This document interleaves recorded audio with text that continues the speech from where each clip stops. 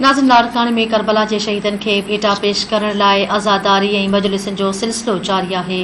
इन हवाले सां पेश आहे लाड़काणे मां धरती टीवी जे ब्यूरो चीफ मुनवर रिंची हीअ रिपोर्ट।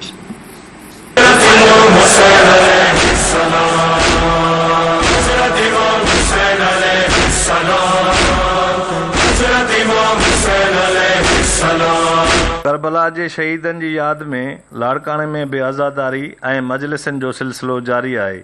लाड़काणे में 9 ऐं 10 मुहर्रमुल हराम ते 179 मातमी जुलूस बरामद थींदा आहिनि, जेकी मुख़्तलिफ़ रस्तनि खां थींदा पाकिस्तानी चौक वटि नहर थींदा आहिनि ऐं पोइ शामी ग़रीबां थींदी आहे ऐं आज़ादारनि पारां ज़ंजीरुनि ऐं चाकुनि जो मातम कयो वेंदो आहे।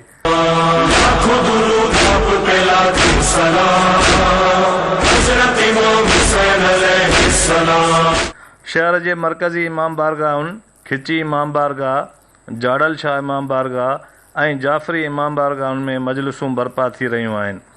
घोट क़ासिम जी मेहंदी ऐं असगर जा झूला कढिया वेंदा आहिनि। अलमनि खे सिंगारे इमाम बारगाहुनि तोड़े घरनि ते निशान कया वेंदा आहिनि।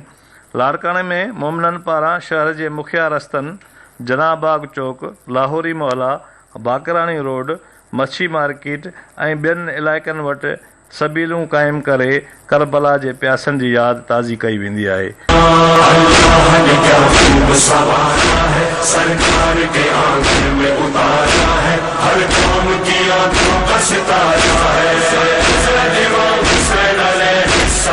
लाड़काणे में सिक्योरिटी जा इंतज़ाम सख़्त कया विया आहिनि।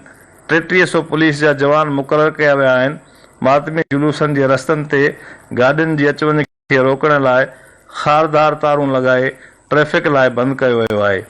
लाड़काणे में मोमिननि पारां सीनाज़नी करे करबला जे शहीदनि खे भेटा पेश करण जो सिलसिलो जारी आहे।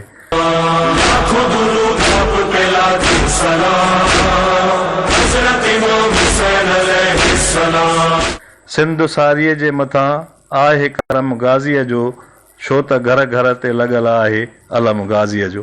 कैमरामैन मुश्ताक अहमद खोड़ो सां गॾु मुनवर रिंद, धरती न्यूज़, लाड़काणो।